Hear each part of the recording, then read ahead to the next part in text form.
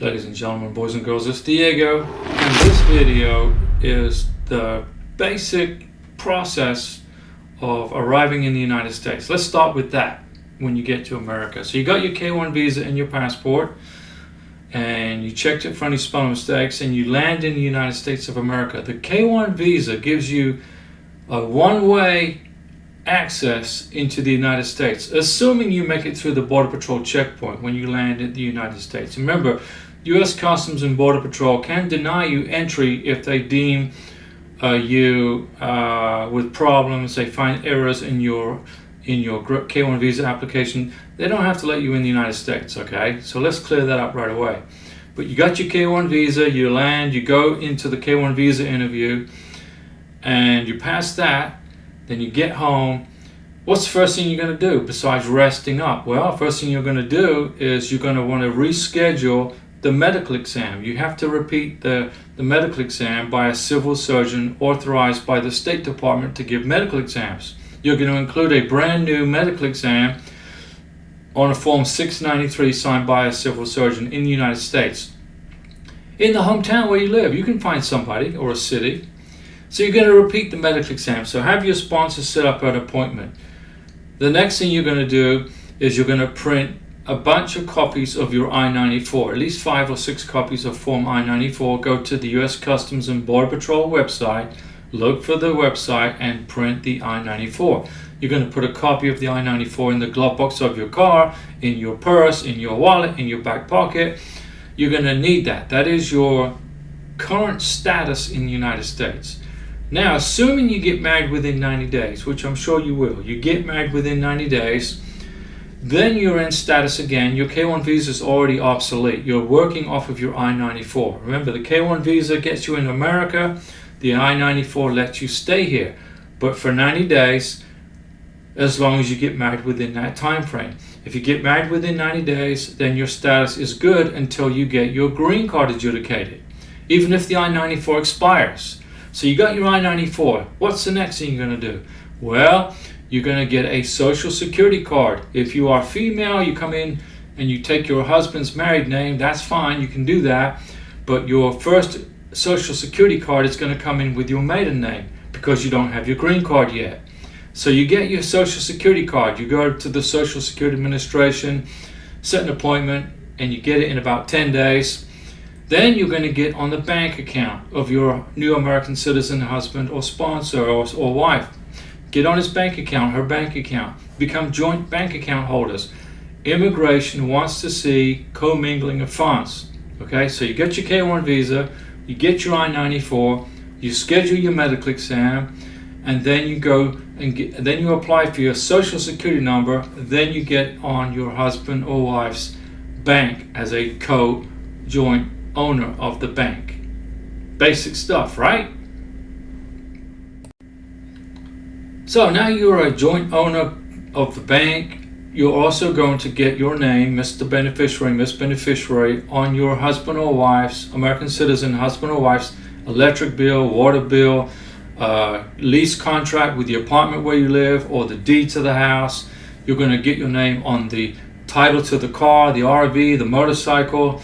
You're going to then start collecting evidence of your bills. The bills are going to come in every month. So for the first 60 days you are in the United States of America on your I-94.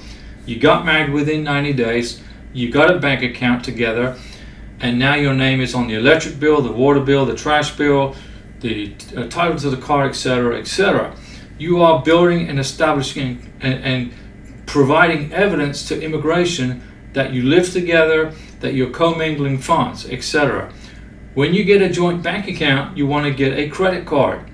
You can get a credit card by bouncing off of your American citizen husband or wife's bank and credit card. Become, like a secondary account holder. The bank will issue you a credit card. You both then want to start buying things. Mr. Beneficiary, you want to buy things. American citizen sponsor's going to buy things. You want to buy things together. So when the credit card statements come in, the bank statements come in, both of you are on there buying stuff. This shows that you are living together and you're commingling funds and you're working together as a unit, husband and wife. Very important. After 60 days, you should be able to collect at least 2 bank statements with your name on it, and some of the bills, and your name should be on the lease agreement to the apartment, townhouse, or the deed to the house. This shows commingling funds, living together, and building a life together. You can do this in 60 days. Karina, my beautiful wife from Venezuela, and I, we filed for her 2-year green card after 58 days. Now you've got about 2 months worth of evidence of you guys living together, being happily married. You're going to then file for the 2-year green card. You're going to file Form 485, Mr. Beneficiary, Miss Beneficiary, 484, Mr. Sponsor, Miss Sponsor, and a brand new medical exam, 693. You will include in your 2-year green card application a certified courthouse copy of your marriage certificate, certified courthouse copies of any divorce decrees, annulments, or death certificates from previous marriages or relationships. Very important. They have to be certified by the courthouse. You cannot make a photocopy, Mr. American Citizen Sponsor, of your divorce decree on your copy machine at the library or Office Depot. It must be a certified copy signed by the clerk of the court. Immigration will not accept a photocopy.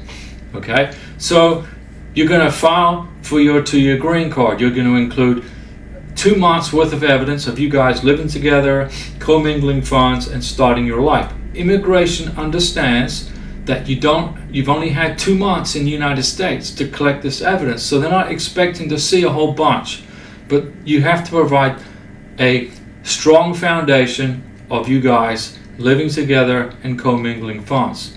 Then once you get your 2-year green card, which could take 6 to 9 months, and you're probably going to have to go to biometrics again.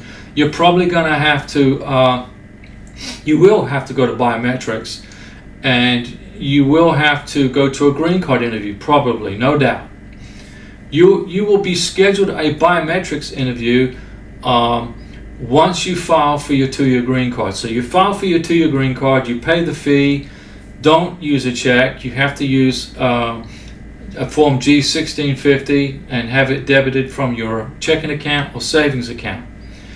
So once you apply for your green card, you'll get a biometrics appointment scheduled. You go to the biometrics, and then the green card process will kick in once they've cleared you through the FBI.